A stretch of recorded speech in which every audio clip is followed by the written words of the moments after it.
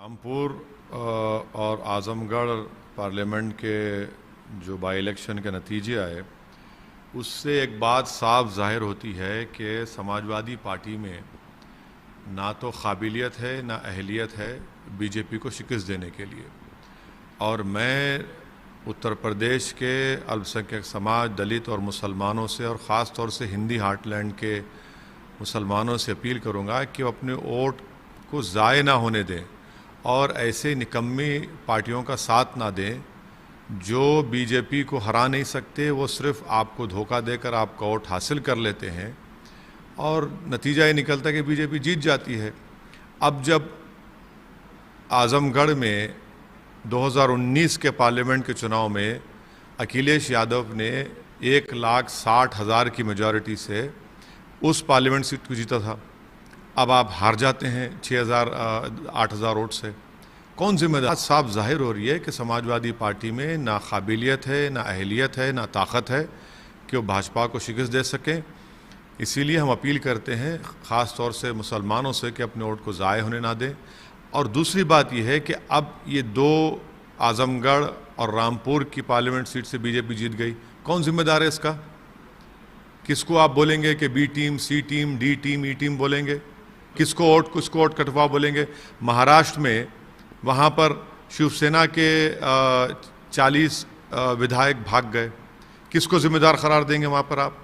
इसीलिए हम कह रहे हैं कि वो जो लोग ये सब बातें करते हैं, मुसलमानों को ख़ास तौर से सोचना चाहिए कि वो अपने वोट का सही इस्तेमाल करें, अपनी एक आज़ाद इंडिपेंडेंट पॉलिटिकल लीडरशिप को बनाएं, और उसकी ज़रूरत है आज भारत में।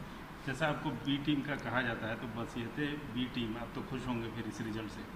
नहीं, मुझे इस बात की तकलीफ़ है कि भाजपा जीत गई, यकीनन मुझे तकलीफ़ है।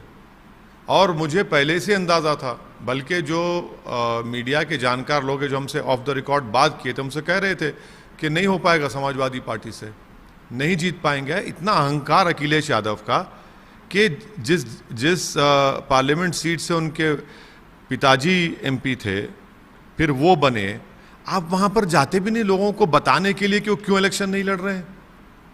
इतना अहंकार।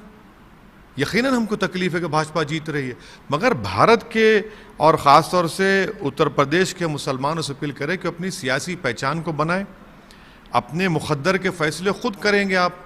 वरना आप इसी तरह होगा कि भाई पहले मुलायम सिंह, फिर अखिलेश, अब उनके चचाजाद भाई, अब दोबारा कौन आएगा?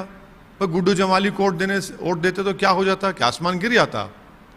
और यादव वोट खुद डिवाइड हो गया वहाँ पर, और आप मुसलमानों को बोलते हैं कि अरे भाजपा को हराना है। अरे भाई, आप नहीं हरा पाएंगे भाजपा को। हम ये बात विधानसभा के चुनाव में कह चुके हैं। मार्च में उसी पार्लियामेंट के क्षेत्र में आपने 4 या 5 विधानसभा जीती, आज आप हार गए।